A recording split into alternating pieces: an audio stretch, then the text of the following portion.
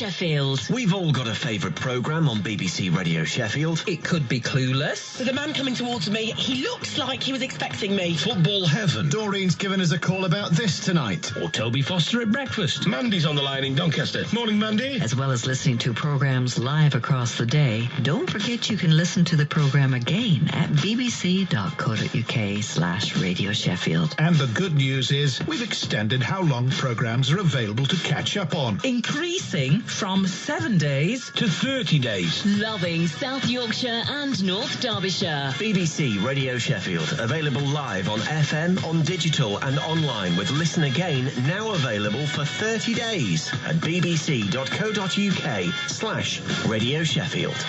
That's us now. It's Toby at breakfast on BBC Radio Sheffield. The community in Rossington is rallying round a family whose home was completely destroyed by fire. If you want to see a video of this house fire in Doncaster, it's on the BBC Radio Sheffield Facebook page. It just shows you what a mess it is. This is a family that had no insurance. They've been left with nothing. Our Doncaster reporter Peter Spencer has been to meet the homeowner, Chris MacDonald. You have to watch the floors. This is the staircase, the landing above us in the kitchen. This is where the fire started. All ceilings come down. That's the bathroom, and the floors have burnt away in the bathroom. This is the dining room here. This was a studded wall. All this had gone. Under here, all this floor. We had antique table and chairs here, and we only bought it 2 weeks before, and it had burnt to dust.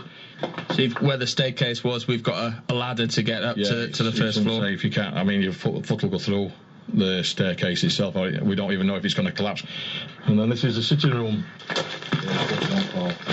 It had just been all fully decorated as well. We decorated it all, new carpets, everything. This were a lot of smoke damage, but the plaster had burnt off the walls as well, and where you stood now above you, all this had burnt out because the flames had been coming through here. So I think they just started to get control of fire big time it got to here.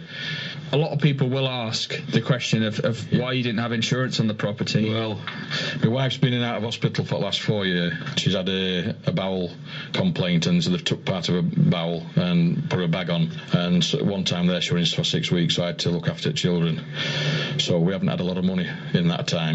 We only thought we didn't have contents insurance. We thought we had bricks and mortar. I remortgaged it about 6 or 7 years ago, and it turned out when I phoned them up, they says no, you were insured for 1 year and it wasn't renewed. And I said, well, I never got anything to say. He says, no, you should have waited. Your broker should have contacted you. I mean, there's no way I'd have cancelled my insurance, my bricks and mortar insurance, no way. Tell me a bit about the response that you've had from the community here in Rossington. Everybody's been absolutely amazing with us. The amount of people who's come forward, it was just overwhelming for me. I couldn't take it all in. But they've shown us that there's a light at the end of the tunnel. Well, Stephen MacDonald is Chris's nephew. He's been organising the Rossington Big Build. Morning, Stephen. Morning, Toby. So tell us about the response you've had from the community then.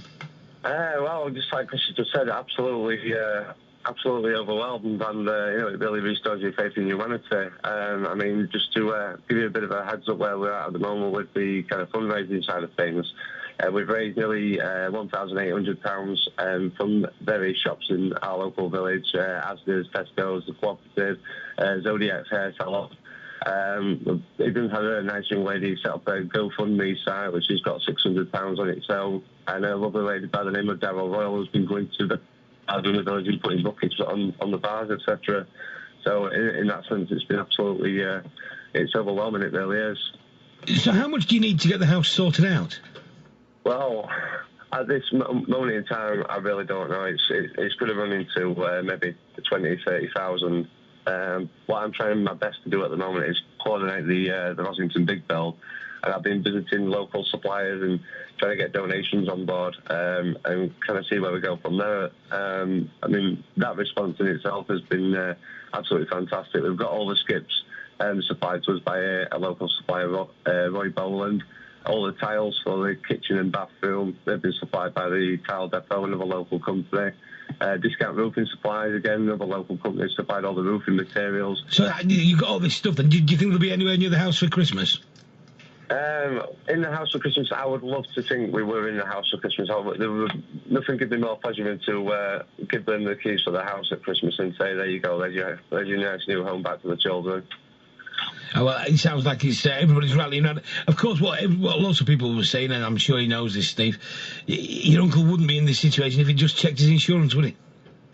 Well, I know, but at the same time, they've had a really difficult 12 months, and they were meant to renew it with a broker, as far as I'm aware, and the broker never came around again, so it was only on there for a year. As far as Chris was aware, it was taken out for a lifetime of policy, as you'd expect that to be with most bricks and mortar policies. Steve, thanks very much indeed. That's Steve McDonald there. He's organising the Rossington Big Build. Toby Foster, and breakfast. BBC Radio Sheffield.